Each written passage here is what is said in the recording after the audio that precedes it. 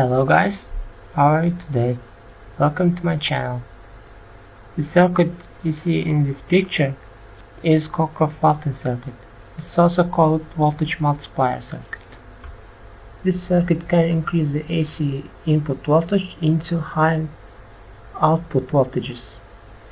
But note one thing, according to the law of the conservation of the energy, the output rate of this circuit can't exceed the input power rate. So what I want to say is that if your input power source is rated for 5 watts, then your output also will be 5 watts. You can get 6 watts or 10 watts. As you increase the voltage at the output, the current will decrease. Let's calculate the input current and output current. When the input voltage is 9 volts and the power source is rated for 5 watts, we just divide 5 to 9 and it will be 550 milliamps. But let's assume we get 36 volts at the output and the voltage will increase but the current will decrease. So at the output we can get 5 watts but the output voltage is 36 volts. But now at the output the maximum current can be only 136 milliamps. At the output current decreases because the most part of the power is converted into voltage. Now let's understand how this circuit works. As you know, alternating current changes the polarity 50 times in every second. So I will assume the positive source will start from the bottom and the negative at the top. Now let's see what will happen at the first half cycle. The current flows into this node, and in this node it encounters two paths, one through the diode and one through the capacitor. But since the C2 capacitor can go back to the negative side of the source, the 9 volt source can go through that.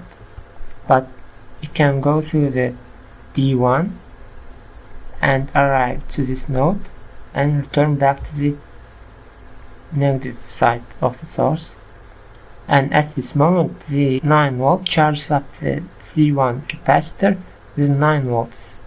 So at this first half cycle, only first capacitor charges up to the 9 volts. Now let's go to the second half cycle. In the second half cycle, the polarity will change. So the top side will be positive, bottom side will be negative. Now in this second half cycle, the 9 volt source and the C1 charged capacitor with 9 volts are both acting like two batteries connected in series, just like this. So when the two batteries are connected in series, their voltages sum up. So when the source goes through the C1 capacitor, it sums up with the C1 capacitor's charge, and the output at this node becomes 18 volts. 18 volts is the sum of the source and the 9 volt C1 charged capacitor. Now at that node, the 18 volts must return back to the negative side, but it can't go through the D1 diode because D1 diode is now reverse biased, so it can go on through the D2 diode, and 18 volts flows through the D2, and at this third node again we have 18 volts. Now can go back to the negative side, and at the same time it charges the C2 capacitor with 18 volts. Now at this second half cycle, C2 is charged up to the 18 volts, but the C1 is discharged because it gave its voltage to the C2. Now in this second half cycle, C1 is discharged, but C2 is charged up to 18 volts. Now let's reverse the polarity. We will move to the third half cycle. Now again, the positive side of the source will become warm, the negative at the top. Now, at this third half cycle, the positive side of the source again encounters two paths. First path is through the D1 diode, and the second path is through the C2. Since C2 can go through the D2 because D2 is reverse biased, but it can go through the D3. But first, let's look at the D1 path. The source goes through the D1 and returns back to the source, and at the same time it charges up the C1 with 9 volts. Now let's look at the second path. The source goes through the C2. When the source goes through the C2, the charge of the C2 capacitor 18 volts is summed up with the source's voltage. We just need to add 9 volts to the 18 volts. So at this node we will get 27 volts. And 27 volts goes through the D2 diode and returns back to the negative side. And at the same time it charges the capacitor C3 with 18 volts. You may ask why 18 volts? At this node we have 27 volts which pass through the D3 diode and returns back to the source. And as you see, at this node we have 9 volts which pass through the D1 and return back to the source. At this node we have 9 volts, and at this node we have 27 volts. So there is a potential difference. The potential difference between these nodes is 18 volts. Why 18 volts?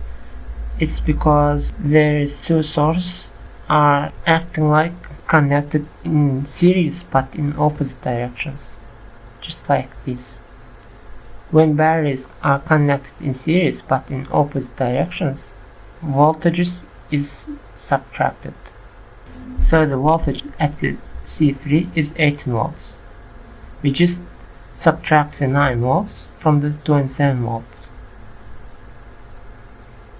So that is the potential difference between two nodes. Now in this third half cycle, C2 is discharged because it gave its voltage to the C3. Now let's look at the fourth half cycle. Now at the fourth half cycle, the polarity of the source again changes. The positive side of the source stays at the top and negative is at the bottom. Let's start the fourth half cycle. Now again the 9 volt source sums up with the voltage of the C1 capacitor. So at this node again we get 18 volts. Now this 18 volts encounters two paths. This 18 volts can go back to the source through the D1 diode because D1 is reverse biased. It can go on through the D2 and through the C3 capacitor. So let's look at the D2 first. 18 volts goes through the D2, and at this node we have 18 volts. This 18 volts returns back to the source and charges the capacitor C2 with 18 volts. Now let's look at the second path of the source. It goes through the C3 capacitor, and since the 18 volt node and the 18 volt charged capacitor are acting like two batteries connected in series, their voltages sum up. So at this output node we get 36 volts. 18 plus 18 is 36. So what will happen at this node? This 36 volts can go back to the negative side of the source through the D3. D3 is reverse biased. It can only go through the D4 diode. 36 volts pass through the D4, and at this node we have 36 volt again. If you notice it, I didn't include the voltage drop of the diodes. It's just because to simplify the understanding of the circuit. So again, as you see, there is a potential difference. There was 18 volts and there is 36 volts. The potential difference between them is 18 volts. So the C4 charges up to the 18 volts. This is because those two pointers are acting like two batteries in opposite direction.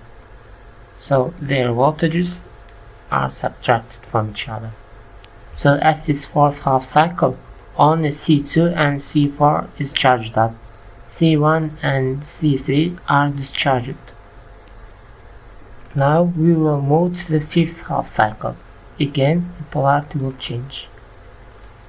The positive side will be sit at the bottom, negative side will sit at the top. So the source again encounters two passes, one through the D1, one through the C2. As you know before, at this node we get 9 volts, and the 9 volt at that node returns back to the negative side of the source, and at the same time it charges up the C1 capacitor with 9 volts. Now let's look at the second path through the C2 capacitor. Since C2 capacitor is charged up with 18 volts and the source is 9 volts, their voltages are sum up, and at this node we get 27 volts again. 27 volt can only go through the D3 and C4. Let's look at the D3 first. 27 volts pass through the D3, and at this node we again get 27 volts, and it returns back, and at that time it charges the C3 capacitor with 18 volts. 18 volts is because there is a potential difference between these nodes. One side is sitting at 9 volts, the second side is sitting at 27 volts. And when we subtract 9 volts from the 27, we got 18 volts. So as you see, C1 and C3 are charged up. Now let's look at the C4. What will happen here? Since at this node we have 27 volts, it can also flow through the C4, and at this node we got 36 volts. Now as you see, we finally got the output. Now at this fifth half cycle there will be positive output, and the negative side of the source will be here. So in just 5 half cycles we reached the output 36 volts. So we finally got 36 volts at the output. The output of the circuit will be DC because diodes are rectifying the AC source. And if we include the voltage drop of each 4 diodes, the output voltage will be approximately 32 volts. But for simplification, I didn't include that. And any kind of capacitors can be used in this circuit, but the best fitting capacitor types are ceramic and film capacitors. Electrolytic capacitors also can be used, but they are not efficient as this circuit. And as I mentioned before, the input current was 550 milliamps. If the power rating of the source was 5 watts, but as the output,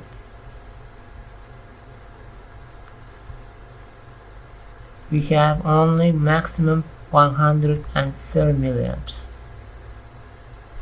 because most part of the power as the output is converted into the voltage. So that's all for now. Please comment, like and subscribe. See you next time. Goodbye.